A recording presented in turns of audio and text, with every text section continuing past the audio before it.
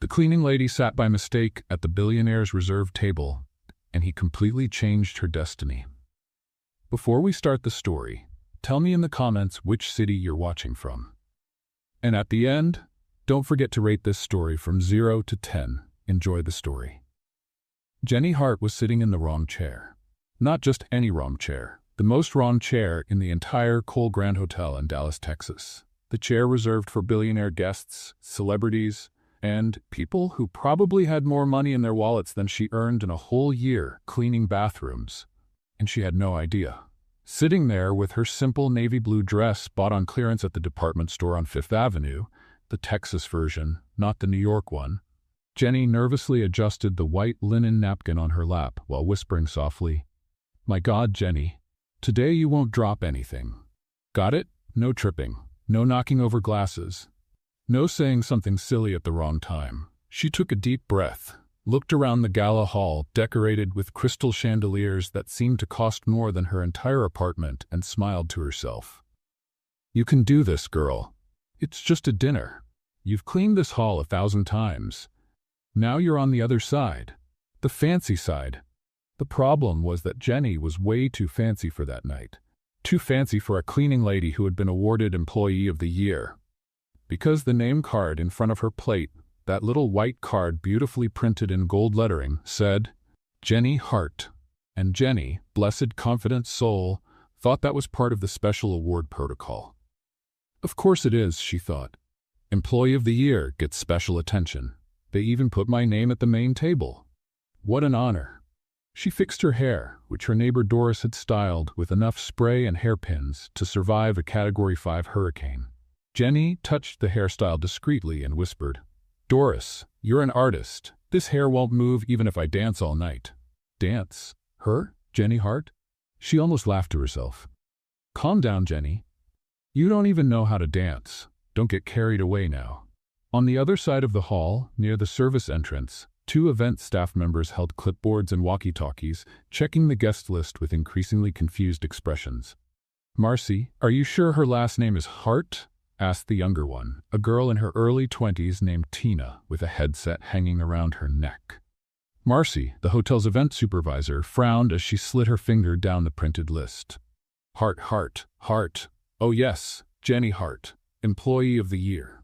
She should be at table 12 near the kitchen, but her name is at table 1, Tina pointed with her pen, almost panicking. At the main table, the owner's table. Marcy's face lost all its color. What? I know. I also thought it was strange, but the card was already there when we set up the tables yesterday. Marcy turned the clipboard upside down, then sideways, as if that would reveal some magical answer. Wait. She took a deep breath.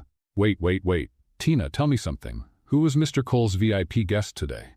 Tina checked the second page. Jenny Harper, digital influencer, 2 million followers, his personal guest. And did she confirm? No, she canceled yesterday morning. Marcy closed her eyes. Oh my God, what happened? Tina. Marcy grabbed her shoulder with the strength of someone about to faint. We put Jenny Hart in the place of Jenny Harper. Silence. Tina's eyes widened. No. Yes. No. Yes. But how? The names are similar. Hart Harper. Someone typed it wrong. And now the cleaning lady is sitting in the seat meant for the millionaire influencer at the table of the hotel chain's owner. Tina dropped the clipboard on the floor. Meanwhile, Jenny was living the best moment of her life.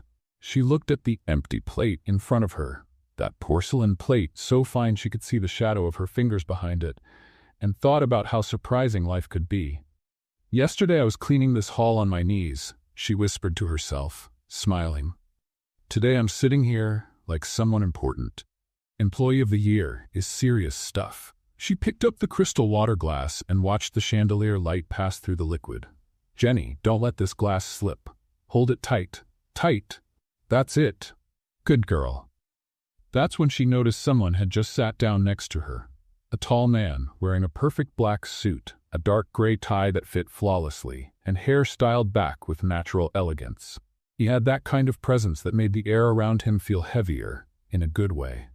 Jenny turned her head and almost choked on her own saliva. My God, where did this man come from? A magazine? He looked at her with a faint smile at the corner of his mouth, as if waiting for her to say something. Jenny blinked 3 times, Say something, Jenny. Say anything. Hi, she blurted out, way too fast, almost shouting. The man raised an eyebrow, amused. Good evening. Good evening, Jenny answered, adjusting the napkin on her lap for the fourth time. Sorry, I didn't see you sit down. Are you like a ninja? Because you appeared out of nowhere. He let out a low, soft, genuine laugh. Not exactly. Jenny held out her hand, excited. I'm Jenny. Jenny Hart, nice to meet you. He shook her hand with polite firmness. Nathan, nice to meet you, Jenny. Nathan, that's a beautiful name. She released his hand and nervously placed hers back on her lap. Do you work here at the hotel too? Nathan tilted his head, curious. In a way, yes. Oh, that's great. I work here too. Jenny smiled wide. I'm a housekeeper, but I won Employee of the Year. That's why they invited me to this fancy dinner. I still can't believe it. I never thought I'd sit in such a comfortable chair. My gosh, this chair is like a cloud. Nathan watched Jenny with growing interest, as if he were seeing something rare. Employee of the Year, he repeated slowly. Congratulations, that's a big accomplishment. Thank you. Jenny placed a hand on her chest, touched. Honestly, I almost cried when I found out. I've been working here for 3 years, you know? I wake up at 5 in the morning, take 2 buses, clean 17 floors a day. But I love what I do. People think it's strange, but it's true. Why do you love it? Nathan asked, truly interested. Jenny paused, thought for a second, and answered with honesty. Because I make things beautiful. When someone walks into a room that's clean, tidy, smelling good, they feel good. And that makes me happy. You know when you do something that seems small, but it makes a difference to someone? That's what it is. Nathan stayed silent for a moment, just watching her. Jenny noticed and blushed. Sorry, I talk too much when I get nervous. My neighbor always says, Jenny, you sound like a radio without an off switch. She laughed at herself, nervous. But it's true. I even talk to myself while I work. Like, Jenny, don't forget to clean behind the door. Jenny, be careful with the flower vase. People probably think I'm crazy. Nathan smiled, a real smile this time. I think you're authentic. Jenny blinked. Really? Really? She was speechless for a whole 2 seconds, then she murmured softly, Wow, Nathan, you're kind. Across the room, Marcy was having a silent meltdown. Tina, he already sat next to her. I know, I saw. What do we do? I'm going over there. Tina took a deep breath, adjusting her clipboard. I'm going to talk to him, quietly. Tina, no. He'll fire us. Marcy, we don't have a choice. We have to tell him there's been a mistake. Tina started walking toward table 1, her heart beating so hard she thought everyone in the room could hear it. Meanwhile, Jenny kept chatting. Did you travel far for this dinner? She asked, curious. Sort of, Nathan answered vaguely. I travel a lot. Traveling must be nice, right? I've never left Dallas. Well, once I went to Houston to visit my aunt, but that doesn't count because it's close. Jenny sighed. One day I want to see the beach, like a real beach, with white sand and blue water. You've never been to the beach? Nathan asked, surprised. Never. Jenny laughed without embarrassment. But it's on my list. You know those dream lists we make? The beach is at the top of mine. Nathan watched her with an expression Jenny couldn't read. That's when Tina reached the table, wearing a forced smile and eyes full of quiet panic. Good evening, Mr. Cole, she said softly, leaning slightly toward Nathan. I'm sorry to interrupt. Nathan turned his head toward her, keeping his elegant posture. Yes, Tina? Jenny looked at Tina, then at Nathan, not understanding anything. Mr. Cole? He has the same last name as the hotel? Tina gave Jenny a quick glance, then returned to whispering to Nathan. Sir, there was a small mistake in the guest list. Miss Hart, she hesitated, choosing her words carefully. She is our Employee of the Year. Her place was at table 12, but there was some confusion with the names, and Nathan raised his hand, politely interrupting her. Tina. Yes, sir? He looked at Jenny, who was watching everything with wide eyes, clearly confused, then he looked back at Tina. She is exactly where she's supposed to be. Tina blinked. Sir? There is absolutely no problem, Nathan said with calm firmness. Miss Hart can stay at the table. Tina froze for a moment, processing what she had just heard. But, sir, the original guest didn't show up, Nathan finished, without taking his eyes off Jenny. So there's no reason to change anything. It's fine. Tina swallowed hard. Understood, sir. Excuse me. She stepped away quickly, almost tripping over her own feet. Jenny, still confused, looked at Nathan. Wait, you're Kind of her boss? Nathan gave a small smile. Something like that. Oh. Jenny adjusted her napkin again, nervous. Sorry, I didn't know. You must be important here at the hotel, right? In a way. Jenny took a deep breath. Well then, thank you for letting me stay. I didn't want to cause trouble. If you want me to move to another table, I will. Really, no problem. Nathan watched her for a long moment. Jenny? Yes? I want you to stay. Jenny's heart jumped in a strange way. Are you sure? Absolutely. She gave him a shy smile. Okay then, I'll stay. That was when the waiter arrived with a tray of appetizers, tiny canapes decorated like pieces of art. Jenny looked at the plate as if it were a museum sculpture. Oh my goodness, this is food? It's so pretty it almost feels wrong to eat it. Nathan watched her reaction, clearly amused. You can eat it. That's what it's for. Jenny picked up a canapé with exaggerated care, as if it might explode. All right, I'll eat it. But if I drop crumbs on this white tablecloth, I swear I'll clean it up. Nathan shook his head, smiling. Across the room, Marcy grabbed Tina's arm when she returned. So, what did he say? Tina was pale. He said she can stay. What? He said she's exactly where she should be. Marcy looked toward table 1, where Nathan and Jenny were talking like old friends. This makes no sense at all, Marcy whispered, stunned. I know, Tina replied, still processing. But he was smiling. Marcy narrowed her eyes. Smiling? Smiling for real. Like, happy. The two stood silently, watching the surreal scene. Because right then, without Jenny knowing, she was sitting next to the richest man in Dallas, the owner of the entire Cole hotel chain, the billionaire Nathan Cole. And for the first time in years, he was genuinely interested in getting to know someone real.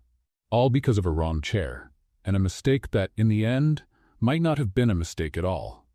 Maybe it was fate. Jenny Hart was about to commit a culinary crime. She was holding the fish fork, small, delicate, clearly meant for seafood, and staring at the chocolate dessert that had just arrived, a molten cake with vanilla ice cream slowly melting beside it. Nathan watched, trying not to smile. A fork is a fork, right? Jenny said, already sticking the wrong utensil into the dessert with the confidence of someone who had no idea she was doing it wrong. Across the table, a woman in a red silk dress and pearl necklace almost choked on her wine. Nathan, however, simply laughed. A low, genuine laugh, the kind he hadn't given in years. You're absolutely right, he said, picking up his own fish fork and digging into the dessert too. A fork is a fork. Jenny froze mid-bite, staring at him wide-eyed. Are you copying my mistake just so I won't feel bad? I'm copying you because you're right. Whoever invented a specific fork for everything clearly had way too much time on their hands. Jenny let out a laugh way too loud for such an elegant room. Oh my goodness, Nathan, you're funny. The woman in red exchanged scandalized looks with her husband.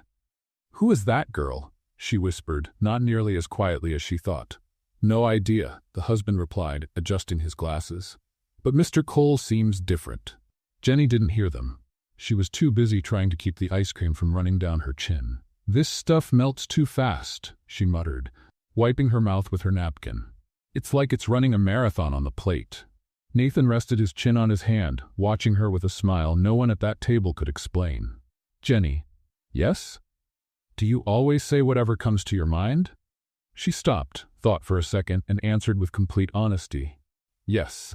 My neighbor Doris says I don't have a filter. Like, zero filter. Is that a problem? No, Nathan said firmly. It's refreshing. Jenny smiled shyly and went back to her dessert. Meanwhile, the woman in red leaned toward her husband and whispered again, She's wearing a department store dress. How do you know? I recognize the stitching. And look at the shoes. They're synthetic. Her husband shrugged. So what? So what? The woman almost shouted under her breath. She doesn't belong at this table, but Nathan didn't care. He was too busy watching the way Jenny enjoyed every bite as if it were the first dessert of her life. Seriously, Nathan, Jenny said, her mouth still half full. Whoever made this deserves an award. Like the Dessert Nobel Prize. Nathan laughed again. I'll suggest creating that category. Do it, Jenny pointed her fork at him, excited. And invite me to the ceremony. I'll wear a fancy dress and everything. She stopped, looked down at her simple navy blue dress, and corrected herself. I mean, fancier than this one. Not that this is bad. I got it on clearance, but it's new, almost new, like 90% new. Nathan shook his head, smiling. You're amazing. Jenny almost dropped her water glass. Me? Amazing? Nathan, did you hit your head? No. Are you sure? Because I'm clumsy, I talk too much, I use the wrong fork? And that's exactly why you're amazing. Jenny went silent, just looking at him with an expression that mixed confusion and something dangerously close to hope. Around the table, the other guests continued watching with barely hidden discomfort. A man in a light gray suit and burgundy tie cleared his throat loudly, trying to get Nathan's attention. Mr. Cole, about tomorrow's meeting. Nathan raised his hand politely, interrupting. Tomorrow, Robert. Tonight I'm busy. Robert blinked, confused. Busy? Having dinner? Exactly. Jenny bit her lip, trying not to laugh at the man's expression. When dinner finally ended and the guests began to get up, Jenny adjusted the small faux leather purse she had been carrying for 5 years. Well, she said, not really sure how to say goodbye. This was, wow, really, thank you for, letting me stay here, at the fancy table. Nathan stood as well, adjusting his jacket with natural elegance. Jenny? Yes? Can I ask you something? Of course, she answered quickly. Anything you want. I mean, within reason. Like, I'm not jumping out of an airplane or anything. Nathan smiled. No skydiving, just your phone number. Jenny froze. The whole room seemed to freeze with her. My number? Yes. Your phone number? Yes. Like, so you can call me? Exactly. Jenny put a hand on her chest, feeling her heart beating all out of rhythm. Nathan, are you sure you didn't hit your head? He laughed. Positive. Why would you want my number? I mean, I'm just... She was about to say, just a housekeeper, but swallowed the words. Nathan took a step closer. Because I'd like to see you again. If you want to, of course. Jenny opened her mouth, closed it, opened it again, and finally with a thin voice answered, I want to. So? She grabbed her phone, her hands shaking so much she almost dropped it. Okay, all right. But I'm warning you, my phone is old. Like, really old. Sometimes the screen freezes. And the ringtone is that annoying default tune because I don't know how to change it. Nathan took out his own phone, an expensive brand new model, and held it out to her. Type it in. Jenny typed the number with trembling fingers, checked it 3 times to make sure it was right, and handed the phone back. There. But Nathan? Yes?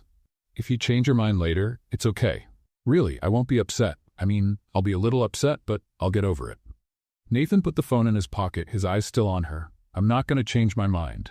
Jenny felt her face warm up. Okay, so, good night? Good night, Jenny. She turned around, started walking toward the exit, then stopped. Turned back. Nathan? Yes? Thank you, really, for today. It was the best dinner of my life. And before he could answer, Jenny practically ran out of the room, her heart beating so hard she thought it might explode. When she reached the street, she stopped, braced her hands on her knees, and took a deep breath. Oh my God, Jenny, what just happened? She looked at her phone in her pocket, and then, as if the universe were synchronized, the phone vibrated. A message. From an unknown number. It was the best dinner of my life, too. Sleep well, Jenny. Nathan. Jenny held the phone to her chest and let out a muffled squeal of pure happiness. Across the street, a woman looked at her suspiciously. Jenny didn't care, because for the first time in her life she felt like something amazing was about to happen, and she was absolutely right. Jenny Hart could still feel the ghost of Nathan's message burning on her phone screen. It had been the night before. It was the best dinner of my life, too. She had read that sentence about 50 times before falling asleep, and another 20 when she woke up at 5 in the morning to go to work. Now, kneeling in the 12th floor hallway of the Cole Grand Hotel, scrubbing a coffee stain off the beige carpet, Jenny couldn't stop smiling like a fool. Jenny, you're laughing by yourself again, Maria, another housekeeper, said as she walked by with the cleaning cart. I'm not. You are. And you look like someone who just won the lottery. Jenny opened her mouth to deny it, but her phone vibrated in the pocket of her uniform. She didn't even look at it at first. It was probably the phone company offering some internet plan she couldn't afford. But then the phone vibrated again and again. My goodness, who is texting me 3 times in a row? She whispered, dropping the cleaning cloth and grabbing the phone with hands still damp from cleaning solution. When she saw the name on the screen, her heart stopped. Nathan. Jenny let the phone slip right out of her wet fingers. It fell straight into the bucket of soapy water. No. She plunged her hand into the bucket, fished out the dripping phone, and looked at the wet screen, praying it still worked. It did. And the message was still there. "Good morning, Jenny. Would you like to have coffee with me today?" Nathan. Jenny sat down on the hallway floor, holding the soaked phone against her chest. "He wants to have coffee. With me. Coffee. Like a hot drink. Together." She took 3 deep breaths. "Calm down, Jenny. Breathe. You can answer a message. It's just typing. Typing is easy. Everyone knows how to type." She looked at her hands trembling and realized that no, typing was not easy at that moment. Maria walked by again, this time from the opposite direction, and stopped when she saw Jenny sitting on the floor. "Jenny? Are you okay?" Jenny hid the phone behind her back so fast she almost dropped it again. "Me? I'm fine. I'm great. Super great. Never been better." Maria narrowed her eyes. "You're sitting on a wet floor." "Yeah, it's because I was checking if the carpet is really clean. Up close. Really up close." Maria shook her head, confused, but kept walking. "You're strange, Jenny." As soon as she turned the corner, Jenny pulled the phone back out and read the message for the 4th time. "Okay, I need to answer. But what do I say? Hi, Nathan? Sure, I'd love to. No, too desperate. Maybe I'll check my schedule? Ridiculous, I don't have a schedule." She typed, "Hi, yes, I woo." Deleted it. "Good morning." It would be a plea. Delete it again. "Coffee, yes, thank you." "My goodness, Jenny, you sound like a broken robot." She took a deep breath and finally typed, "Good morning, Nathan. I would love to have coffee with you. What time?"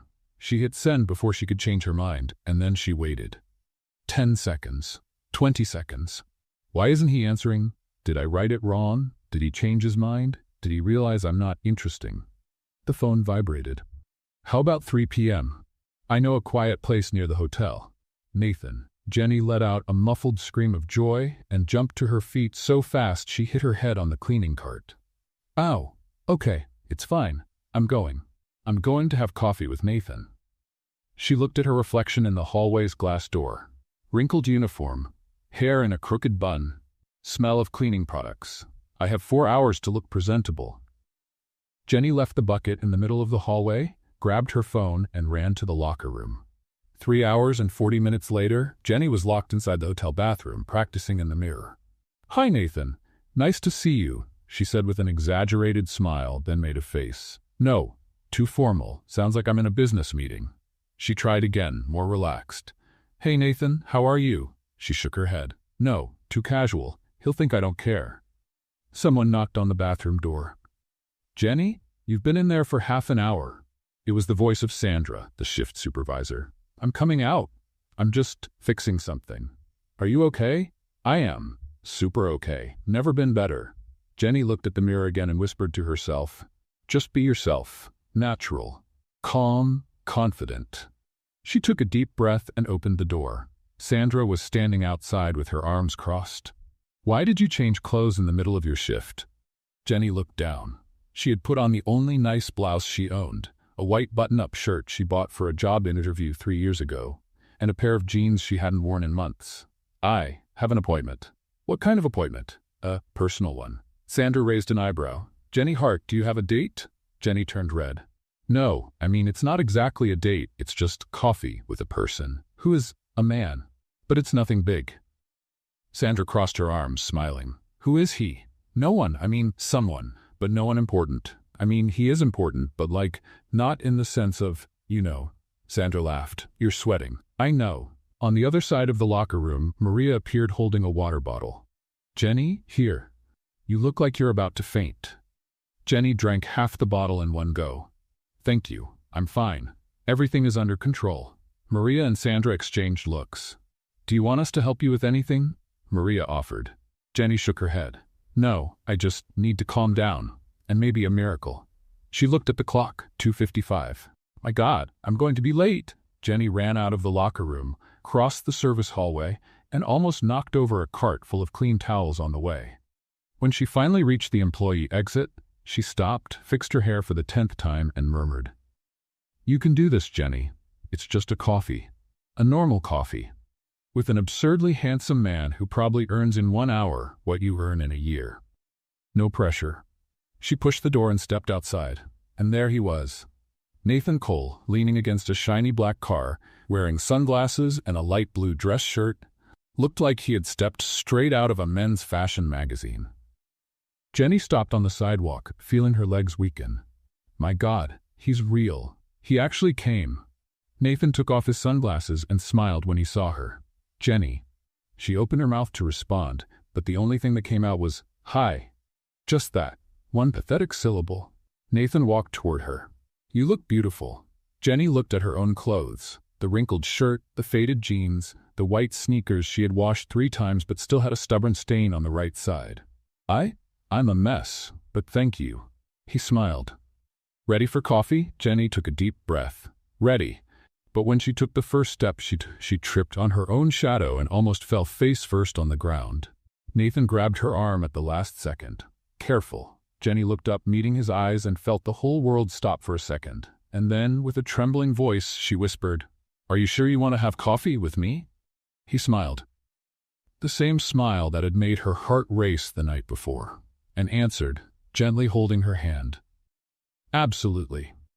Jenny's heart was having a silent panic attack. Not a normal panic attack, the kind that makes you take a deep breath and count to 10. No, this was the kind of panic that makes you forget how to walk in a straight line. Nathan had just opened the cafe door for her, with that smile that melted any defense. And now Jenny was standing at the entrance looking inside as if it were a portal to another dimension. Because, well, it was. The place was absurdly elegant. Marble tables, gray velvet chairs, hanging plants from the ceiling, a menu written by hand on a giant chalkboard with drink names Jenny had never heard in her life. They have caramel macchiato with organic oat milk? She murmured, reading the board. Is that coffee or a magic potion? Nathan laughed. It's coffee. Very expensive, but still coffee. Jenny swallowed hard. Right, expensive coffee. I can handle that. A lie. She couldn't. They sat at a table by the window, and Jenny immediately started adjusting everything around her. The napkin, the salt shaker, the sugar holder, her own chair. You're nervous, Nathan observed, resting his chin on his hand, clearly amused. Me? Nervous? Jenny let out a laugh that was too high-pitched. No, I just like to keep things organized. Professional habit. After so much cleaning, you know? I organize everything. Even at home. Doris, my neighbor, says I have OCD, but I think it's just attention to detail. She was talking way too fast. Nathan kept smiling.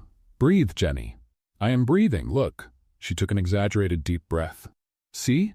Breathing working perfectly. He shook his head, trying not to laugh. The waitress arrived, the young woman in a black apron with her hair up in a perfect bun that made Jenny feel even more out of place. Good afternoon. What can I get for you? Nathan looked at Jenny. You order first. Jenny looked at the chalkboard menu again, in total panic. I'll have a coffee, normal coffee, like coffee, the one that comes in a cup and we drink it, the waitress. Americano? Yes, Jenny almost shouted with relief. That one. Sugar? Yes, please. Milk? Also, cream? Jenny looked confused. Milk and cream aren't the same thing? The waitress smiled with forced patience. Not exactly. Then, just the milk, please. Nathan ordered a double espresso, and the waitress left. Jenny let out the air she had been holding. My God. Ordering coffee has never been this complicated in my life. Nathan laughed for real this time. You're amazing. Amazing at being clumsy, you mean? No, amazing at being honest. Jenny turned red. When the drinks arrived, she grabbed the sugar packet, tried to open it with shaking hands, and spilled half of it on the table. Oh no. Jenny tried to gather the sugar with her hands, but only made it worse. I swear I'm not always like this. She stopped, looked at Nathan, and sighed. Okay. I am. I'm exactly like this. Clumsy, nervous, and apparently unable to open a sugar packet without causing a disaster.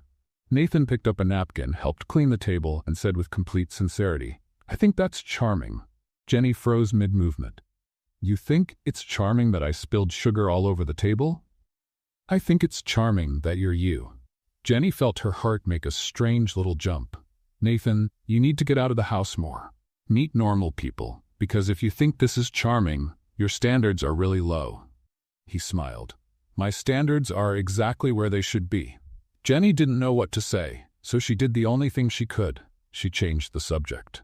So, you said you travel a lot. For work? Yes. My company has offices in several states. I spend a lot of time traveling, supervising operations, meetings, things like that. Jenny nodded, impressed. Wow, that must be exhausting, right? Like, you must work a lot. I do, but it's what I chose to do. And do you like it? Nathan thought for a moment. I used to like it more. More before what? Before I realized I was living only to work, without connection, without anything real. Jenny stirred her coffee slowly, processing his words. I get it. Like, I work a lot too. Really a lot. But it's different, right? I work because I have to. You work because you chose to. It's not as different as you think, Nathan said, his voice gentle. In the end, both of us are just trying to get by. Just in different ways. Jenny looked at him, surprised by the depth of his answer. Wow, Nathan, are you like a philosopher in your free time? He laughed. No, just someone who spent too much time alone thinking too much. Jenny took a sip of her coffee, which was delicious by the way, and gathered the courage to ask, And have you ever dated? Like, seriously? Nathan hesitated. I have, a few times, but nothing that lasted. Why not? Because it was hard to know if people liked me or what I represented. Jenny frowned. What you represented? Nathan noticed the slip and shifted smoothly. The position, the title, you know how it is. Jenny nodded, though she didn't fully understand. Oh yes, the boss. People must kiss up to you all the time, right? Nathan almost spit out his coffee. Something like that. Jenny laughed. Sorry. I say things without thinking sometimes. Don't apologize. It's refreshing. They sat in a comfortable silence for a moment, just drinking coffee and watching people walk by outside the window. Then Nathan asked, And what about you, Jenny? Have you ever dated? Jenny turned red. Me? Date? She laughed, but it was a sad little laugh. No, I never had time for that. Never. Never. She stirred her coffee again, avoiding his eyes. I always worked too much, really too much. Since I was a teenager, my parents, well, they weren't around much. So I learned early that if I didn't take care of myself, no one would. And taking care of myself meant working. A lot. All the time. Nathan stayed quiet, just watching her. Jenny continued, her voice softer. And when you work all the time, there's no room for other things. For going out, for meeting people, for dating. So I kind of gave up on that idea. I thought it just wasn't for me. And now? Jenny lifted her eyes and met his. Now? I don't know. Maybe I was wrong. Nathan smiled. And in that moment, Jenny felt something she had never felt before. Hope. When the check arrived, Nathan reached for his wallet, but Jenny was faster. No, I'll pay my part. Jenny, really, I brought money. She opened her purse and started counting crumpled bills and coins. Let me see, the coffee was $7. So, Nathan gently held her hand. Jenny, I invited you. I'll pay. But please. Jenny looked at her own hands full of counted money, and tears burned in her eyes. Because it was more than coffee. It was someone taking care of her. And she wasn't used to that. Nathan paid the bill, and they walked out of the cafe together. When they reached the sidewalk, Jenny stopped and said, Thank you, Nathan. Really, for everything. He smiled. Can we do this again? Jenny felt her heart race. You want to? Very much, she smiled, a real smile, full of light. Then yes. Yes, I want to too. Nathan stepped a little closer and asked softly, Can I walk you home? Jenny was about to say yes, but then she heard a familiar voice shouting from across the street. Jenny Hart, you're dating and you didn't tell me?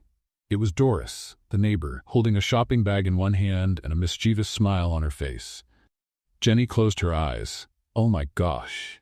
She was going to be interrogated for 3 hours the moment she got home. Chapter 5, The Impossible Invitation. Doris was crossing the street with the speed of a guided missile. Jenny saw her neighbor walking toward them and seriously considered pretending to faint.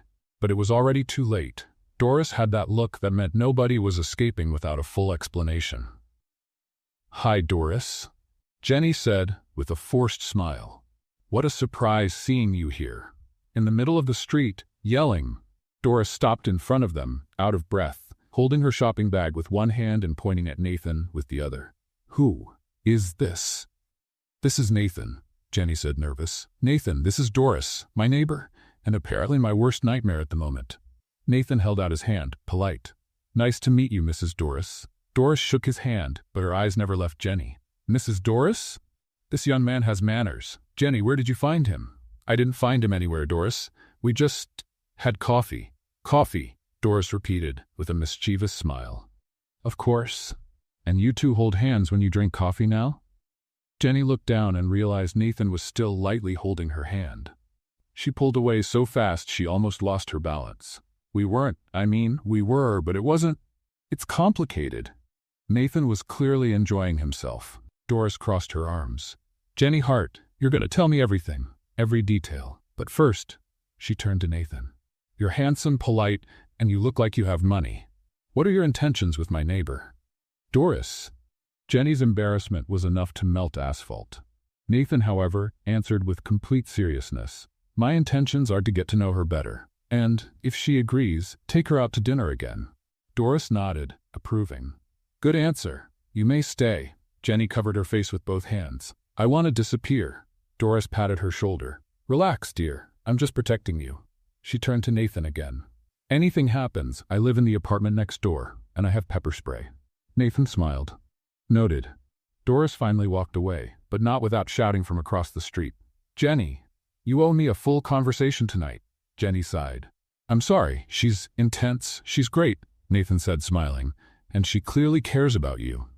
Jenny looked at him, surprised. You didn't think she was nosy? I did, but in a good way. Jenny shook her head, smiling, and that was when Nathan asked, Jenny, are you free Saturday night? She blinked. I think so. Why? There's a charity event at the hotel, fundraiser, dinner, auction, those things, and I'd like you to go. With me. As my guest. Jenny froze. You want me to go with you? To an event? A charity event? With rich people? Yes. Nathan, I don't know if... You don't have to decide now, he said gently. Take your time, but I'd love for you to come. Jenny opened her mouth, closed it, then whispered, I don't have anything to wear. Nathan smiled. You can go however you like. I just want your company. And before Jenny could answer, he leaned in, kissed her lightly on the forehead, and said, I'll text you later. Then he walked away, leaving Jenny standing on the sidewalk, touching her forehead like she had just received a divine blessing. 3 hours later, Jenny was in total panic inside Doris's apartment. I don't have anything to wear, Doris. Doris was sitting on the sofa, calmly drinking tea, while Jenny paced back and forth like a trapped animal. Breathe, dear. How am I supposed to breathe? He invited me to a charity event with rich people, and I'm going in what? My cleaning uniform? Doris set her cup down. Jenny Hart, sit here. Jenny sat, her hands trembling. Doris held her face with both hands. Listen, you are going to that event. You're going looking beautiful, and you're going to win everyone over. Understand, but I have a dress. Jenny blinked. You do? Doris stood, walked to the bedroom, and returned holding a green satin dress, simple but elegant. It was my daughter's. She wore it once to a graduation party and never wanted it again. Said the color wasn't for her, but on you, it's going to look perfect. Jenny touched the fabric gently. Doris, I can't accept this. Of course you can, and you will, because you deserve it, Jenny. Tears slid down Jenny's cheeks. I don't deserve it. I'm just... You're amazing, Doris said firmly, and it's time for you to believe that. On Saturday afternoon, Jenny was sitting in Doris's kitchen chair while her neighbor tried to tame her hair with a curling iron. Ouch! Doris, stop pulling. I'm not pulling. Your hair is stubborn. You're ripping my scalp off. Drama queen. Jenny looked in the mirror and almost didn't recognize herself. The green dress looked perfect. Her hair, despite her protests, was turning out beautiful, and Doris had even lent her a simple pair of pearl earrings. I look different, Jenny murmured. You look beautiful, Doris corrected. Jenny looked at her own reflection and felt a knot in her throat. Doris, what if I'm not good enough? What if people look at me and realize I don't belong there? Doris stopped fixing her hair and turned Jenny to face her. Listen, you are good enough. You always have been, and if someone at that event can't see it, that's their problem, not yours. Jenny wiped her tears before they ruined the light makeup Doris had done. Thank you for everything. Doris smiled. Now go and do great. When Jenny walked out of the building and saw Nathan waiting by the car, her heart almost stopped. He was wearing a tuxedo, a full tuxedo.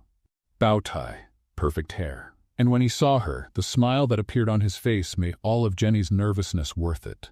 Jenny, he said, unable to finish the sentence. I know, she said nervously. The dress is borrowed. And the earrings, too. And Doris almost pulled my scalp off in the process. But you look stunning. Jenny didn't know what to say. Nathan opened the car door for her. Ready? Jenny took a deep breath. No, but let's go anyway. He laughed and got into the car beside her. As they drove toward the hotel, Jenny looked out the window and whispered quietly, "Please let me not mess anything up today."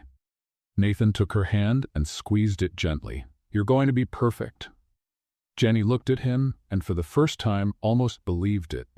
But when they arrived at the hotel and saw the line of luxury cars, the people in designer gowns, and the photographers at the entrance, Jenny felt the panic return in full force. Nathan noticed. "Hey, look at me." She looked. "You're with me. And as long as you're with me, nothing bad will happen. Do you trust me?" Jenny nodded, even with her heart racing. And when they stepped out of the car and the cameras began flashing, Jenny held Nathan's hand tightly. Because in that moment, she realized she was about to step into a completely different world. And she had no idea if she would survive it. Jenny Hart had never seen so many diamonds in one place. And it wasn't an exaggeration. Every woman walking through the entrance of the Cole Grand Hotel ballroom seemed to be wearing the equivalent of a small country's annual budget around her neck, wrists, and ears. Jenny glanced at her borrowed pearl earrings and thought, "Doris, I hope you have insurance for these things." Nathan held her hand firmly as they entered the ballroom. And then it happened. Everyone, absolutely everyone, turned to look. Jenny felt the weight of dozens of eyes on her as if she were being scanned by X-ray machines. "Nathan," she whispered, tightening her grip on his hand. "Everyone is looking." "Because you look beautiful," he replied calmly. "Or because I clearly don't belong here." Nathan stopped, turned to her, and said firmly, "You belong anywhere I am. Understand?" Jenny swallowed hard and nodded. But inside, the panic was screaming. They walked through the ballroom, and Jenny tried not to trip over her own feet. The emerald green borrowed dress suddenly felt too bright, too simple, too cheap. Around her, women wore gowns with labels Jenny only saw in magazines. The men had tailored tuxedos, watches that cost more than she made in 5 years. And her? She had a borrowed dress, fake pearl earrings, and a pair of shoes that were already starting to pinch. "Breathe, Jenny," she murmured to herself. "You can do this. Just smile, wave, don't say anything silly." Nathan guided her to a table decorated with white flowers and candles, where a few people were already seated. A man with gray hair and a charcoal gray suit stood up immediately. "Nathan, great to see you." "Richard, the pleasure is mine," Nathan said, shaking his hand. "Let me introduce you. This is Jenny Hart."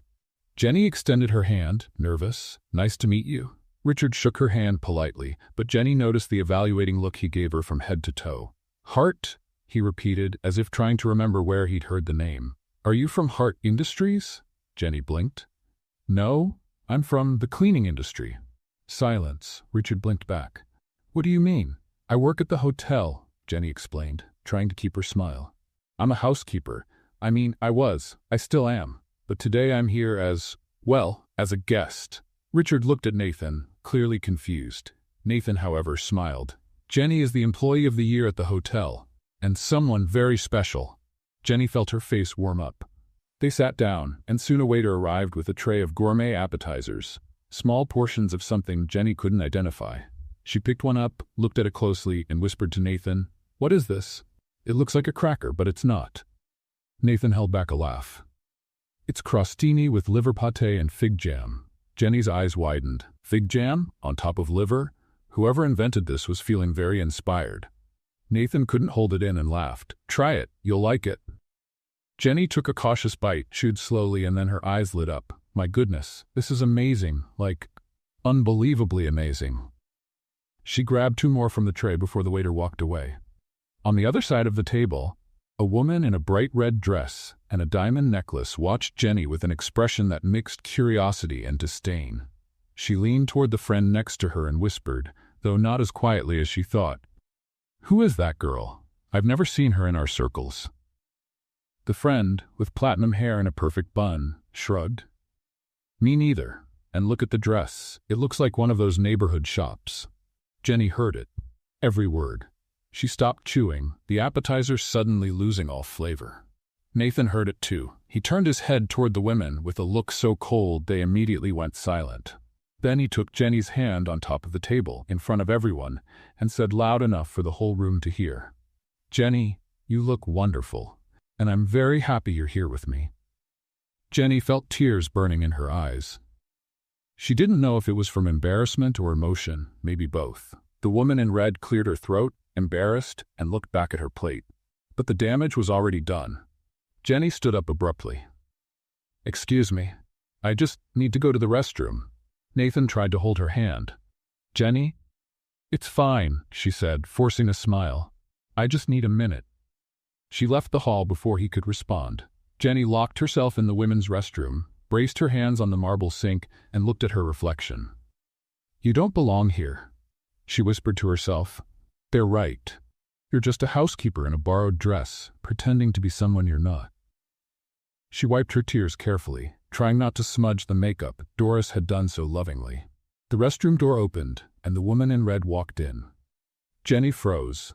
The woman stopped beside her, touching up her lipstick in the mirror. For a moment, neither of them said anything. Then the woman spoke, still looking at her reflection. "Do you really work at the hotel?" Jenny took a deep breath. "Yes." "As a housekeeper?" "Yes." The woman put the lipstick cap back on, placed it in her designer purse, and finally looked at Jenny. "And Nathan Cole brought you as his guest?" Jenny lifted her chin, trying to hold on to her dignity. "He did." The woman gave a half smile. "Interesting. Why?" "Because Nathan Cole never brings anyone to these events. Ever. He always comes alone, greets people, makes a donation, and leaves. But tonight," she looked Jenny up and down again, "but this time with something that resembled respect. Tonight he brought you. And he defended you in front of everyone." Jenny stayed quiet. The woman turned to leave, but before opening the door, she said, "Maybe you don't belong to our world, but clearly you belong to his."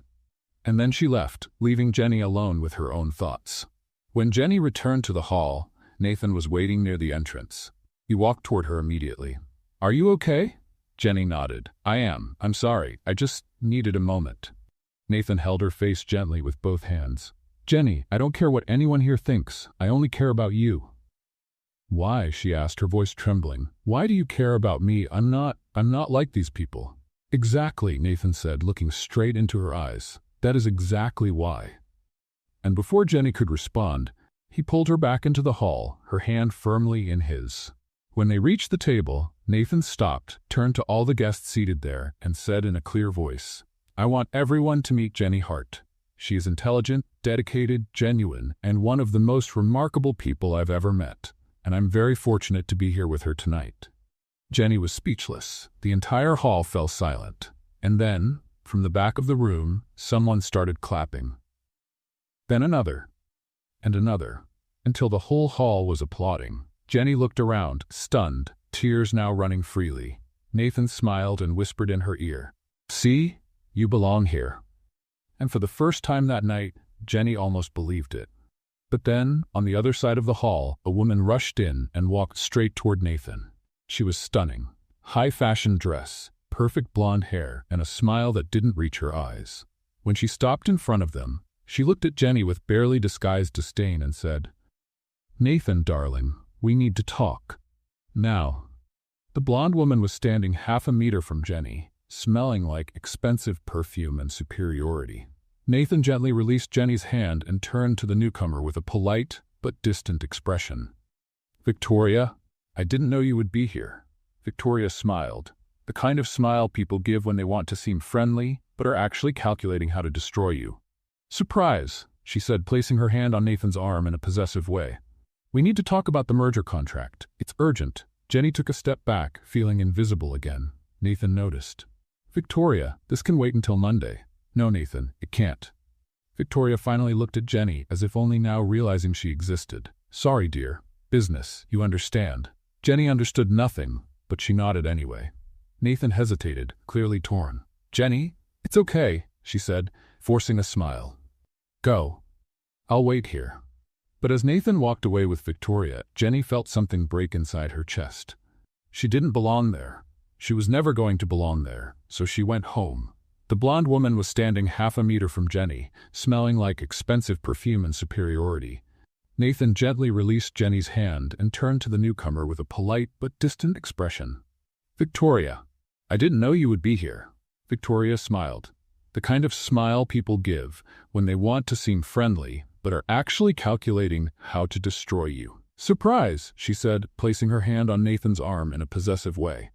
We need to talk about the merger contract. It's urgent. Jenny took a step back, feeling invisible again. Nathan noticed. Victoria, this can wait until Monday. No, Nathan, it can't. Victoria finally looked at Jenny as if only now realizing she existed. Sorry, dear. Business. You understand.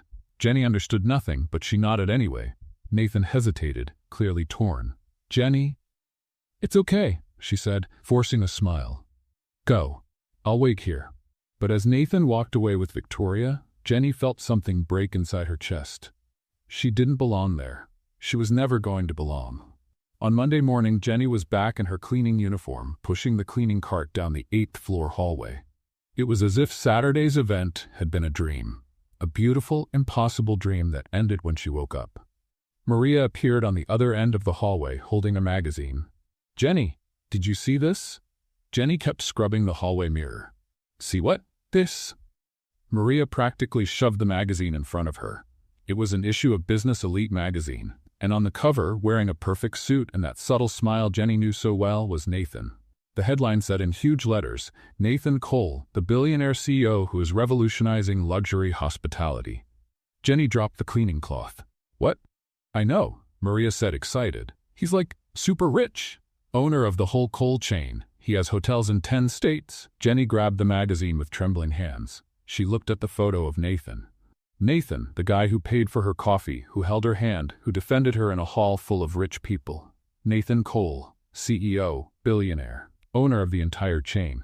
Jenny, are you okay? Maria asked, noticing her pale face. Jenny dropped the magazine as if it were burning. I need to go. Go where? But Jenny was already running toward the locker room. She locked herself in the staff bathroom and pulled her phone from her pocket with trembling hands. She typed in the browser, Nathan Cole CEO. The results flooded the screen. Articles, interviews, photos at gala events, lists of the youngest billionaires in the United States. Jenny scrolled, each piece of information hitting like a punch to the stomach. Estimated net worth of $2.3 billion. Harvard graduate. Owner of 47 luxury hotels across the country. Jenny let the phone fall on the floor. Wait, she said out loud, her voice rising. He's the owner? Of the entire hotel? Of the entire chain? She put her hands on her head. My God, I split the coffee bill with a billionaire. She started pacing back and forth in the small bathroom. He saw me cleaning floors. He saw me wearing a wrinkled uniform. He saw me spilling sugar. The more she thought about it, the more reality crushed her. Nathan wasn't just some high-level executive. He was the owner. And her? She was the housekeeper he had met by accident. Her phone rang. Nathan? Jenny looked at the name on the screen, her heart racing, and she didn't answer. The phone rang again and again. Jenny turned it off and shoved it into her pocket. For the next few hours, Jenny became an expert at disappearing. When she saw Nathan entering the elevator, she hid behind her cleaning cart. When he walked down the hallway, she slipped quickly into an empty room. When he texted her, she pretended her phone had no battery. Sandra, the supervisor, noticed. Jenny, you're acting strange today. No, I'm not. Yes, you are. You hid inside a broom closet when Mr. Cole walked by. I was looking for a cleaning product. For 15 minutes, Jenny let out a long sigh. Sandra, please. I just need some space today. Sandra crossed her arms, but didn't push further. When her shift finally ended, Jenny practically ran home. She locked herself in the apartment, threw her purse on the couch, and slid down the wall until she was sitting on the living room floor. And then the tears finally came. She cried over the humiliation of not realizing who he was. She cried because she had believed, even for 1 second, that someone like Nathan Cole could ever be interested in someone like her. She cried because, deep down, a part of her still wanted to believe. But how? How could she, a housekeeper with a borrowed dress and shoes that hurt, ever stand next to a billionaire? Someone knocked on the door. Jenny wiped her face quickly. Doris, it's not a good time. It's not Doris, the voice was Nathan's. Jenny froze. Jenny's. Open the door. She stayed silent, barely breathing. I know you're in there. I just want to talk. Jenny shut her eyes tight. Go away, Nathan. No, not until you hear me out. There's nothing to hear. Yes, there is. Jenny stood up, furious, and yanked the door open. Nathan stood there, still in his suit, hair slightly messy, a worried look on his face. Why didn't you tell me? Jenny asked, her voice shaking. Why didn't you tell me who you really were? Nathan took a deep breath. Because for the first time in my life, someone was looking at me. Not at my last name, not at my money, just at me. But you lied. I didn't lie, I just didn't tell you everything. That's the same thing, Nathan. It's not. He stepped closer.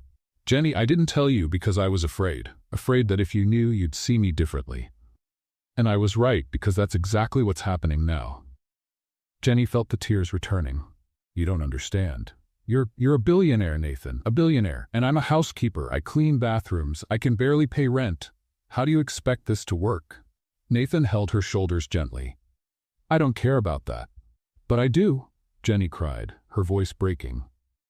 Because everyone is going to look at me and think I'm with you for money, that I'm trying to take advantage, that I'm not good enough. You are good enough. I'm not. Yes, you are. Silence fell between them, heavy and painful. Jenny wiped her tears with the back of her hand. Nathan, I don't know if I can do this. Do what? This. Us. She pointed between them. Being judged. Being stared at. Feeling like I don't belong. Nathan cupped her face with both hands, gently lifting her eyes to his. Then let me prove that you belong. Let me show you that what matters is how we feel, not what other people think. Jenny wanted to believe that. God, she wanted to. But the fear was stronger. I need time, she whispered. Nathan nodded, letting her go slowly. All right, take all the time you need. He turned to leave, but before walking away, he looked back and said, But Jenny, I'm not giving up on you. Then he left, and Jenny stood in the doorway, her heart breaking into pieces. Because for the first time in her life, she had found someone who made her want to believe in happy endings. And now she didn't know if she had the courage to fight for one. Jenny Hart was on day 3 of her self-imposed romantic mourning. She hadn't left the apartment. She hadn't answered the phone. She hadn't even changed out of her pajamas, a faded pink unicorn set she got in a Secret Santa exchange 5 years ago. The couch now had a permanent Jenny-shaped dent. 47 unread messages from Nathan, 17 missed calls, and a Jenny completely frozen by fear. Boom, boom, boom. Someone was pounding on the door like they planned to break it down. Jenny Hart, I know you're in there. It was Doris. Of course it was. Jenny pulled the blanket over her head. Go away, Doris. No way. The door opened, because of course Doris had a spare key. She walked into the apartment like a 65-year-old hurricane wearing a floral robe and fuzzy slippers. Good heavens. Doris looked around, horrified. Jenny, this place looks like the end of the world. There are 3 empty pizza boxes on the table. I was hungry, Jenny muttered from under the blanket. Get up. Get up. I don't want to. Doris walked to the kitchen, grabbed a glass of water, came back to the living room, and threw the whole thing on Jenny. Doris! Jenny jumped off the couch, soaked, hair stuck to her face, unicorn pajamas dripping.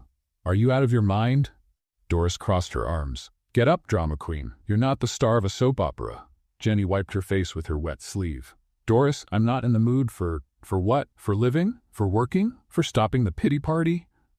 I am not feeling sorry for myself. Yes, you are. Doris pointed a finger right in her face. You've been here for 3 days, eating pizza, crying, and watching romantic videos on your phone. Jenny turned bright red. How do you know I was watching romantic videos? Because I heard them through the wall. 10 marriage proposals that will make you cry? Really, Jenny? Jenny collapsed back onto the couch. Doris, you don't understand. He's a billionaire. Billionaire. And I'm me. Doris sat beside her. And? What do you mean, and? Didn't you see? I don't fit in that world. Who said you have to fit into his world? Doris held Jenny's face in both hands. Maybe he needs to fit into yours. Jenny felt tears coming back. But Doris? No buts. Doris stood and pulled Jenny up with her. Now you are going to take a shower, change out of those ridiculous pajamas, and go back to work. Understood? I can't go back. He's there. So what? You're going to spend the rest of your life hiding? Jenny didn't have an answer. 2 hours later, Jenny was in the hotel's locker room, changing clothes with shaking hands. Maria walked in, saw Jenny, and screamed, Jenny, you're alive. Technically, yes. We thought you'd been abducted by aliens or something. Jenny shut her locker. I just needed a few days.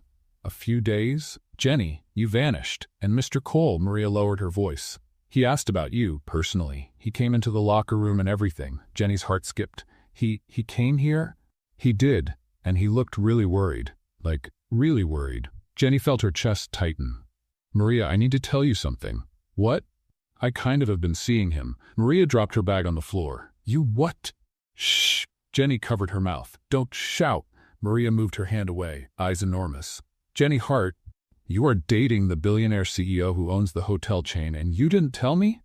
I don't know if I'm dating. We've been out a few times, and he's amazing, Maria, but I don't know if I can do this. Do what?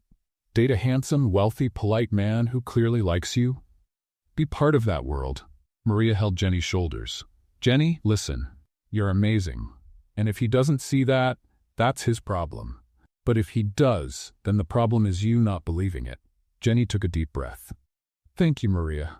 Now go work before Sandra fires you. Jenny was cleaning the hallway on the 15th floor when she saw the note taped to her cleaning cart.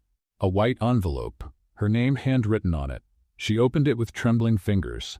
Inside was a printed letter on official Cole Grand Hotel stationery. Employee Scholarship Program. First recipient, Jenny Hart. Jenny read the letter 3 times. The program offered full tuition for college, technical courses, or any kind of professional training, and her name was on it, as the very first choice. She turned the letter over and saw a handwritten note on the back. Jenny, you deserve the chance to become anything you want to be. Not because I'm asking, but because you always deserved it. N. The tears came before she could stop them. He wasn't trying to change her. He was trying to help her grow. Jenny pulled her phone from her pocket with shaking hands, opened her messages, 47 texts from Nathan. She scrolled to the last one. Jenny, I understand if you don't want to see me again, but please know that you changed my life, and I will never regret meeting you. Jenny wiped her tears and began to type. Deleted it. Typed again. Deleted it. Took a breath. And finally wrote, Can we talk? The reply came in 3 seconds. Whenever you want, wherever you want. Jenny smiled through her tears. Today, at sunset, on the hotel roof. She sent the message, put her phone away, and looked at the letter in her hands. For the first time in 3 days, Jenny Hart felt something she hadn't felt in a long time. Hope. And maybe, just maybe, the courage to try again, because some stories deserve a second chapter. And hers with Nathan was just beginning. The sunset in Dallas painted the sky orange and pink when Jenny reached the rooftop of the Cole Grand Hotel. She had come up through the service stairs, old habits, and now she was standing at the access door, watching the scene in front of her with her heart racing. Nathan was there, wearing jeans and a simple white shirt, no tie, no jacket, nothing that reminded her of the billionaire CEO. And beside him, on a checkered blanket spread on the ground, there was food truck food. Burgers wrapped in aluminum foil, fries in brown paper bags, soda in cans, and 2 strawberry milkshakes with striped straws. Jenny stopped 3 feet away. Nathan turned his head, saw her, and smiled. That smile that made her stomach flip. You came. I came, Jenny answered, her voice shaky. He stood up, wiping his hands nervously on his pants. I didn't know what you liked to eat, so I got a little bit of everything from the food truck on the corner. There's a regular burger, one with cheese, a vegetarian one. He was talking way too fast. And fries. A lot of fries. Because who doesn't like fries, right? Jenny took a step forward. Nathan, yes? Breathe. He let out the air he had been holding and laughed nervously. Sorry, I was afraid you wouldn't come. Jenny walked over to the blanket and sat down, crossing her legs. I almost didn't. Nathan sat in front of her, keeping a respectful distance. What made you change your mind? Jenny looked at him, really looked, and saw something she didn't expect. Vulnerability. The letter, she said softly. The scholarship program. Nathan, why? He looked away toward the city below, the lights starting to switch on one by one. Because I realized something.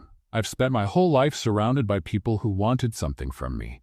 Money, connections, status, but you. He looked back at her.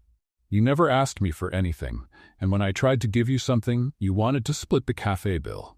Jenny laughed through the tears forming in her eyes. It was $7, Nathan.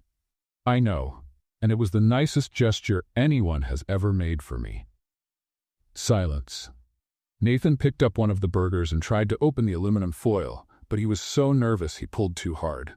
The burger slipped out of the wrapper, flew over the blanket, and landed on the rooftop floor with a sad little splat. Jenny's eyes widened. Nathan looked at the fallen burger, and then the two of them started laughing. Not a polite laugh. A real one, the kind that makes your stomach hurt. "My God," Nathan said, still laughing. "I can buy a hotel, but I can't open a sandwich." Jenny wiped the tears from laughing. "See? You're clumsy too. I'm not the only one." "You rubbed off on me," he said, grabbing another burger, this time with exaggerated care. "Before I met you, I never dropped anything." "Liar, really." Nathan opened the burger successfully and offered it to her. "I used to be coordinated, elegant, sophisticated." Jenny took the burger. "And boring?" Nathan stopped, thought for a moment, and agreed. "And boring." They ate in a comfortable silence for a few minutes, watching the sun disappear completely on the horizon. Then Jenny said, her voice low, "Nathan, I need to tell you something." He set the burger aside, giving her his full attention. "You can tell me." Jenny took a deep breath, trying to find courage. "I'm afraid you'll wake up one day and realize you deserve someone better." The words came out fast, desperate, honest. Someone prettier, someone more educated, someone more on your level. And that you'll look at me and think, "What was I doing?" Nathan stayed quiet for a long moment. Jenny continued, tears now streaming. "I can't walk in high heels without tripping. I don't know which fork to use. I talk to myself. I drop things. I live in a tiny apartment that shares a wall with Doris." Jenny? She stopped, looking at him through the tears. Nathan leaned closer and gently wiped her face. "Do you want to know what my fear is?" She nodded, unable to speak. "I'm afraid you'll never believe you're amazing."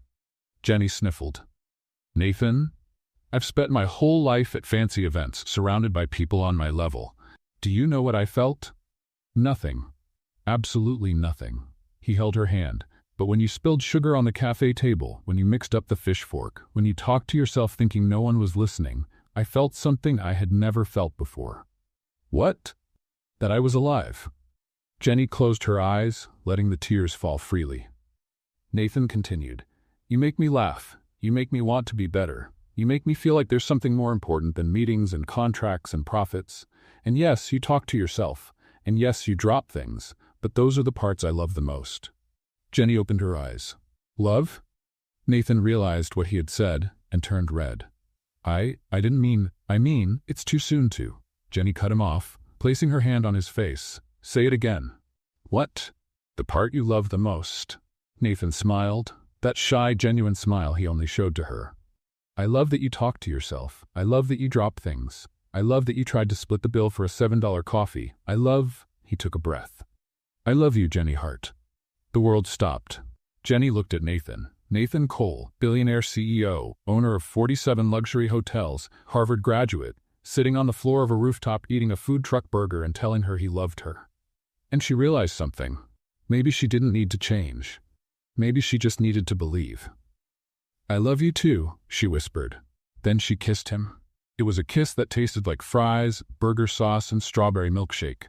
A kiss with tears mixed in and muffled laughter. The most perfect and imperfect kiss at the same time. When they pulled apart, Nathan rested his forehead against hers and said, "So, do we try again?" Jenny smiled. Our way? Our way? No fancy events?" "No fancy events, just food trucks and rooftops." Jenny laughed. "I accept." And there, under the Dallas stars, with the city shining below them, Jenny Hart and Nathan Cole decided to write their own story. An imperfect, messy, completely theirs story.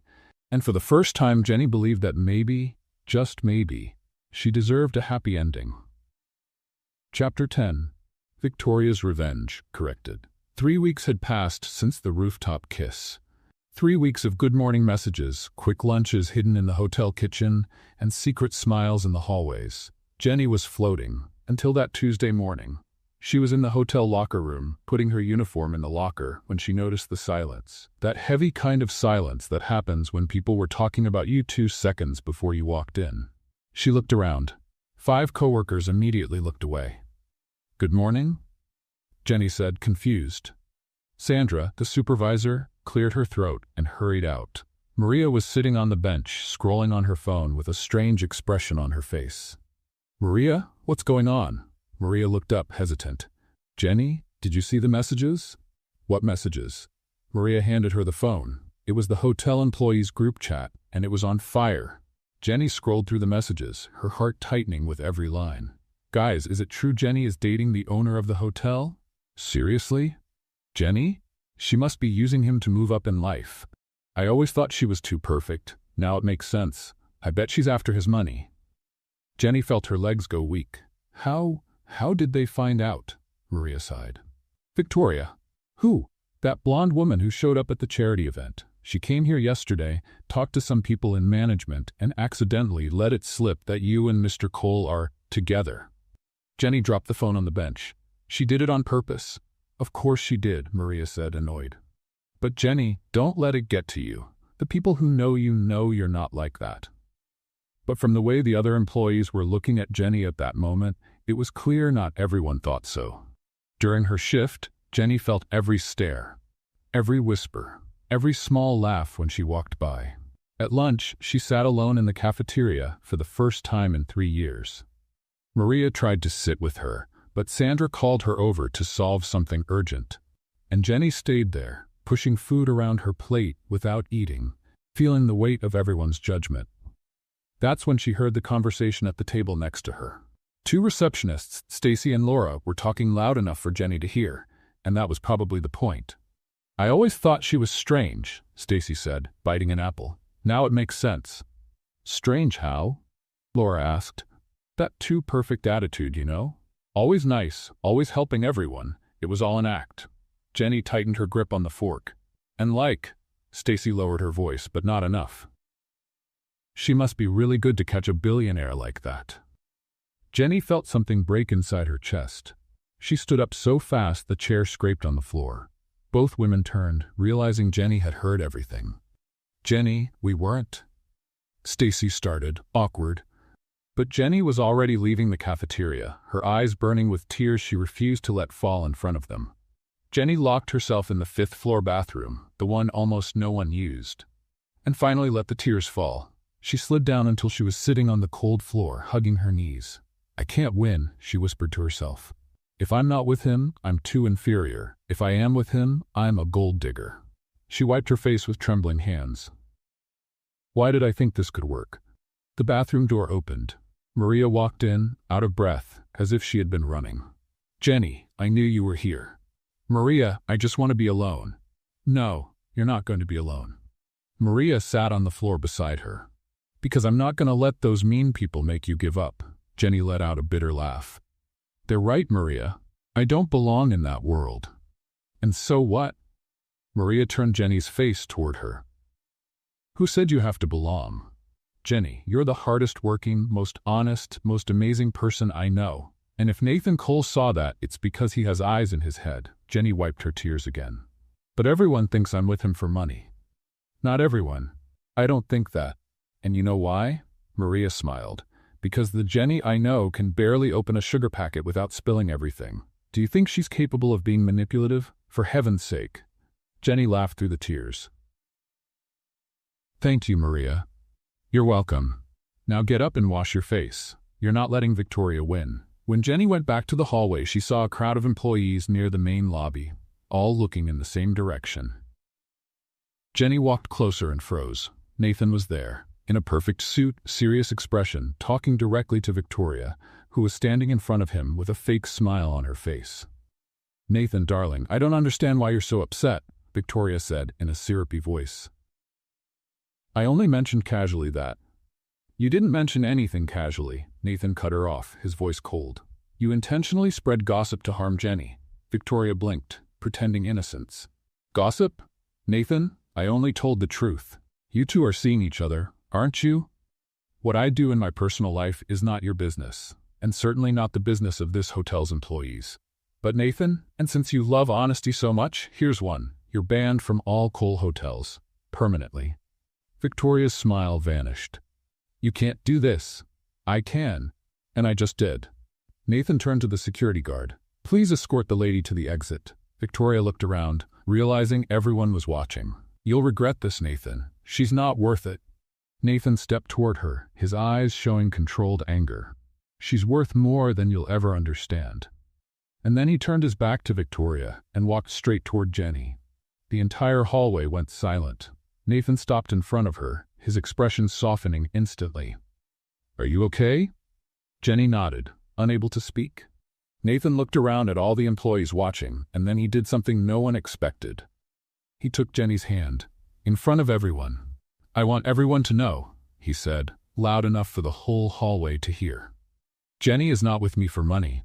She's not with me for status. She's with me because, against all odds, she decided to give me a chance. And I'm the luckiest man in the world because of that." Jenny felt her tears return, but this time they were different. Nathan looked at her and whispered, "I love you, and I don't care who knows it." And there, in the middle of the Cole Grand Hotel lobby, with dozens of people watching, Nathan Cole kissed Jenny Hart. And for the first time, Jenny didn't care about the stares, because she finally understood something. What people thought didn't matter. What the two of them felt did. And that was all she needed to know. The kiss in the hotel lobby had happened 2 weeks ago. 2 weeks of loving looks, dinners at food trucks, and Nathan discovering he could be happy eating hamburgers while sitting on the curb. And now he was standing in front of Jenny's apartment building holding a bottle of wine that probably cost more than her rent. Jenny opened her apartment door with a nervous smile. Hi, Nathan said, handing her the bottle. "I brought wine. Or is that too formal for pasta?" Jenny took the bottle and read the label. "Nathan, this has a year printed on it. Like, a specific year." "Wine has a year?" "It does," he said, stepping into the apartment. "But honestly, I have no idea what it means. The hotel sommelier gave it to me." Jenny closed the door and watched as Nathan looked around. The apartment was tiny, a combined living room and kitchen, an old but comfortable couch, a small TV on a scratched wooden stand, floral curtains Doris had gifted her 3 years ago, and Nathan was standing there in his dress shirt and slacks, completely out of place and completely perfect. "It's small," Jenny said, her voice shaky. "I know, but it's mine." Nathan turned to her, smiling. "It's perfect. You don't have to lie. I'm not lying." He walked to the window that faced the parking lot. "You have a view of a parking lot." Jenny laughed, nervous. "I know. Very glamorous, right?" "It's real," Nathan said, turning back to her, "and I love that." Jenny felt her face warm. "Sit down. I'll finish dinner." Nathan sat at the little 2-person table while Jenny stirred the pot of spaghetti and meatballs. "So," he said, watching her, "do you cook often?" "Always," Jenny answered, tasting the sauce. "This is basically the only thing I know how to make without burning the place down." "Have you tried making other things?" "Once I tried roasting chicken." Jenny made a face. There was so much smoke the fire alarm went off and the fire department showed up. Nathan tried not to laugh. "Really? Really?" Doris thought the building was on fire. It was a nightmare. As if called by her name, the apartment door opened. Doris walked in with the spare key, holding nothing. "Oh," she said, pretending to be surprised when she saw Nathan. "You're here." Jenny turned, still holding the wooden spoon. "Doris, did you knock?" "I did." Doris lied without hesitation. "You didn't hear me. I just came to grab my remote." "What a coincidence you're having dinner." Jenny narrowed her eyes. "Doris, you didn't leave any remote here." "I didn't." Doris looked around dramatically. "Oh, then it must be in my apartment. Sorry, carry on. Pretend I'm not even here." She left, closing the door. Nathan was clearly holding back a laugh. "Does she always do that?" "Always," Jenny sighed. "Welcome to my life." They sat down to eat, and Nathan took his first bite of spaghetti. He chewed, stopped. His eyes widened. "Oh my God." Jenny froze. "Is it bad?" "I knew it. I put in too much salt, didn't I?" "Jenny," Nathan said, looking at her with a serious expression. "This is the best thing I've ever eaten in my life." She blinked. "Really? Really?" He took another bite, almost desperate. "Where did you learn to make this?" Jenny smiled shyly. "My grandma. It was the only thing she knew how to cook too. I guess it's genetic." Nathan laughed, and they kept eating in comfortable silence, until the door opened again. Doris, this time holding an empty mug. "Sorry," she said, all innocent. "I forgot my mug here yesterday." Jenny didn't even look up from her plate. "Doris, that mug is mine." "It is?" Doris looked at the mug. "Wow, it looks just like mine. Anyway, enjoy your meal." She left again. Nathan was laughing openly now. "She's obviously keeping an eye on you." "She's protecting me," Jenny corrected, smiling. In her own way, Nathan suddenly grew serious. You're lucky, you know? Lucky to have someone who cares like that, someone who bursts into your apartment just to make sure you're okay. Jenny looked at him, noticing the sadness hidden behind his words. You don't have that?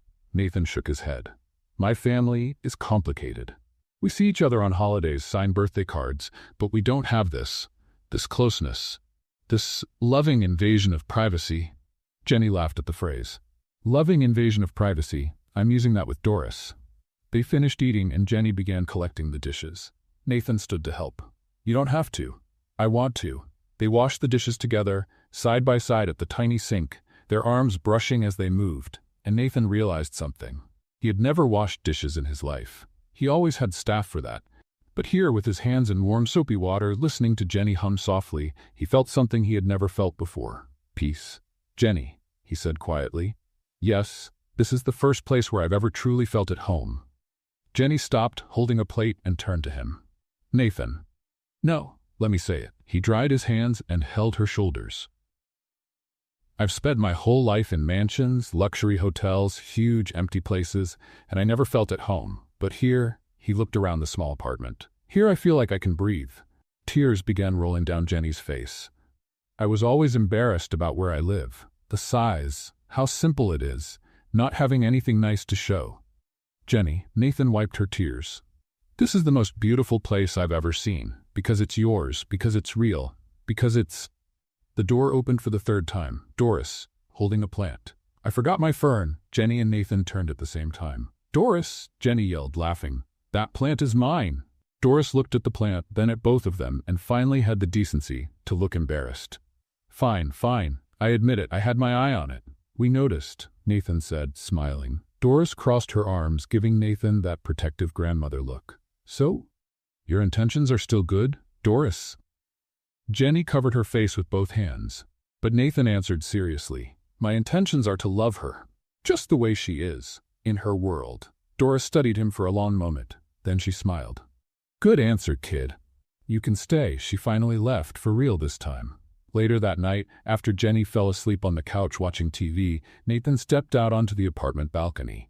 He picked up his phone and dialed a number he hadn't called in weeks. Mom? He said when Eleanor answered.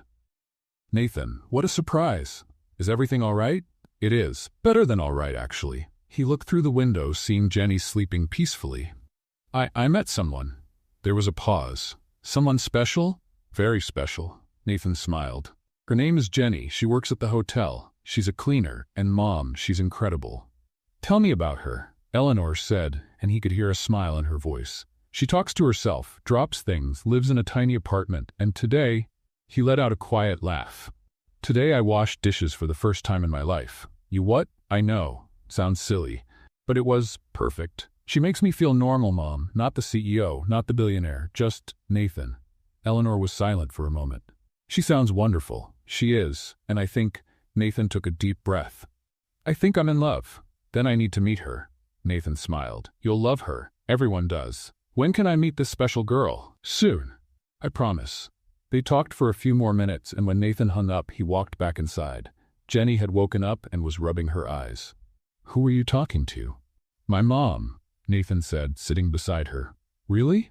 Jenny suddenly looked nervous. What did you tell her? That I met someone amazing, and that I washed dishes today. Jenny laughed.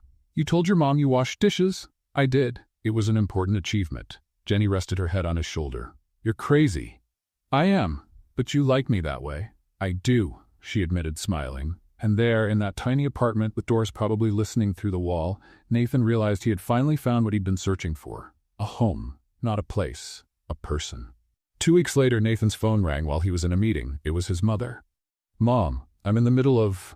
Nathan, I'm in Dallas, at the hotel. I want to meet Jenny. Nathan froze. Tonight? Now? Now. Bring her, please. Nathan hung up and immediately called Jenny. Jenny, can you come to the hotel? Why? Did something happen? Nathan hesitated. My mom is here, and she wants to meet you. Now. On the other end, he heard Jenny choke. Now! Nathan, I'm in my uniform! I smell like cleaning products. She won't care. I care! Nathan smiled despite the nerves. Jenny, breathe. I'll pick you up in 20 minutes, okay? Silence. Then, okay. But if she hates me, it's your fault. She won't hate you, she'll love you. Everyone does, and he was right. Jenny hung up and stood frozen in the 12th floor hallway, clutching her mop like it was a lifeline. "Oh my God," she whispered. "His mother is here. Now, and I'm in uniform." Maria walked by pushing the cleaning cart and stopped when she saw Jenny's expression. "Jenny, are you okay? You look like you've seen a ghost." "Worse," Jenny said, voice thin. "Nathan's mother is at the hotel, and she wants to meet me." "Now." Maria dropped the cart. "Now. Like now. Now. Oh my God." Maria grabbed Jenny's arm. "Run to the locker room. Run." They took off down the hallway, Jenny still clutching the mop. The locker room turned into chaos in seconds. Jenny had thrown her uniform on the floor and was digging through her locker in panic. "I don't have anything decent," she yelled. Maria was beside her, trying to help. "Calm down. You have that blue blouse. It's wrinkled." "So what? It's better than a uniform." Sandra, the supervisor, walked into the locker room and stopped when she saw the scene. "What's going on here?" "Mr. Cole's mother is at the hotel and wants to meet Jenny now," Maria explained. Sandra's eyes widened. "Eleanor Cole? Here?" "Yes," Jenny shouted, pulling on a plain white t-shirt and a pair of jeans. "And I'm going to meet her like this, in my after-work clothes." Maria grabbed a comb. "At least let me fix your hair." "Ow, stop pulling. Beauty hurts, sweetheart."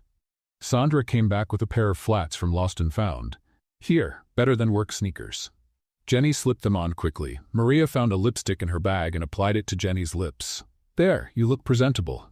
Jenny looked in the mirror. A plain white t-shirt, jeans, hair minimally fixed, a touch of lipstick. She looked like herself. Simple, real. "I can do this," she whispered. "Of course you can," Maria shouted. "Now go." Jenny took a deep breath and left the locker room. Jenny walked down the service stairs with her legs shaking. When she got close to the lobby, she stopped, leaning against the wall. "Calm down, Jenny," she murmured to herself. "Breathe. You've cleaned this hotel's floors 1,000 times. You can meet one person, just one person, who happens to be the mother of the man you love, and who is probably rich and sophisticated and will judge you. Oh God, why am I doing this?" "Because you love him." Jenny turned. Nathan was standing there, in a perfect suit but with the most vulnerable expression she had ever seen.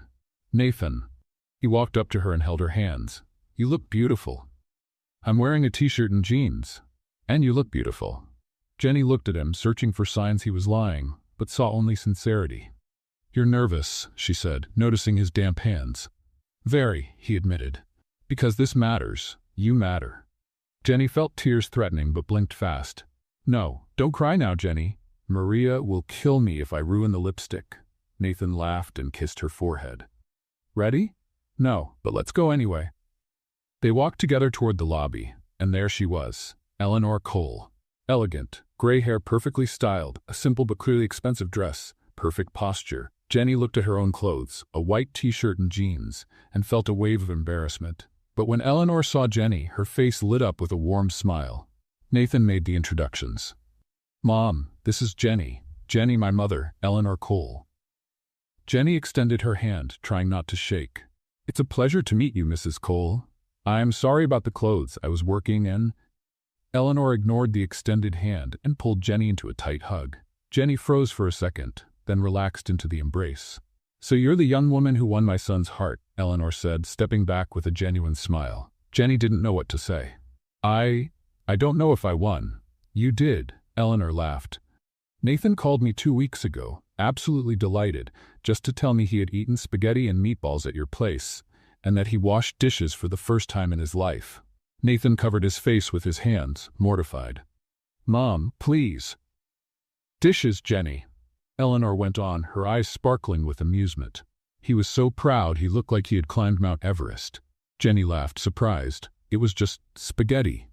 "It was much more than that," Eleanor said, suddenly serious. "It was the first time in years I heard my son truly happy." Tears burned in Jenny's eyes. Eleanor took her hands gently. "Thank you, Jenny, for making my son smile again, for reminding him that life exists beyond work and responsibilities." I didn't do anything special," Jenny whispered. "Yes, you did," Eleanor said firmly. "You reminded him of who he really is." Jenny couldn't hold back her tears. Eleanor wiped her face with a silk handkerchief she took from her purse. "And don't worry about your clothes, dear," she said with a smile. "You look perfect just the way you are. Authentic, real, Exactly what my son needs. Jenny felt her heart melt. Call me Eleanor, she continued. No more Mrs. Cole. After all, we have plenty of time ahead to get to know each other better. The next 3 months were transformative. Eleanor showed up at Jenny's apartment twice a week, always with shopping bags. Eleanor, you don't have to. Nonsense. Tomorrow you and I are going shopping. No discussion. And that's how Jenny found herself in expensive stores, trying on clothes she never imagined wearing. Until Eleanor stopped when Jenny walked out of the fitting room in an emerald green dress. That one is perfect. Jenny looked at the reflection. Are you sure? It's very simple. Eleanor stood beside her in the mirror. Jenny, when Nathan told me he was in love, I was afraid. Afraid it might be someone only interested in his money. She held Jenny's hand. But then I met you. I saw the way you look at him, and I realized you love my son for who he truly is. The tears came down. Jenny hugged Eleanor right there. Thank you for accepting me. Thank you for loving my son. Jenny was cleaning the hallway when she received the message. Rooftop. Sunset. I have a surprise. Nathan, very, very nervous, Jenny went up the stairs, her heart racing. When she opened the rooftop door, she stopped. String lights, candles, the checkered blanket, strawberry milkshakes. Nathan was there, nervous, in jeans and a white shirt. Hi. What is all this? Jenny asked, moved. Us. Going back to the beginning, they sat down. Jenny, before I met you, I had everything people think matters, but I was empty. He held her hands. You changed that. You taught me what really matters. Nathan got down on one knee. Jenny covered her mouth. He took out the box. A simple ring. Perfect. Jenny Hart, you changed my whole life. Will you marry me? Silence. Wait, are you really sure? Because I still talk to myself. I drop things. Doris is going to invade our house. Nathan laughed and pulled her into a kiss. Absolutely sure. Then yes, yes. He put the ring on her finger. And in that moment on the rooftop where everything started, Jenny knew. She had found her place. Not in a palace, but in the arms of someone who loved her exactly as she was. 6 months later, Jenny married Nathan in a simple garden. A simple white dress, but with all the delicacy Jenny represented. Doris crying as the maid of honor. Maria throwing rice. Eleanor in the front row, glowing. And Nathan looking at Jenny as if she were his entire universe. When the minister said, "You may kiss the bride," Nathan whispered, "Thank you for sitting in the wrong chair." Jenny smiled through her happy tears. "Thank you for making believe I deserved to be there." And they kissed, under the Dallas sky, a new story beginning. Built on perfect mistakes and true love. The end. If you were in Jenny's place and found out you were dating a billionaire CEO without knowing it, would you run away in fear or jump into the adventure? Tell us in the comments. We love hearing what you think. On a scale from 0 to 10, what rating would you give this story? Don't forget to subscribe to the channel and turn on notifications to get more emotional stories like this. See you next time.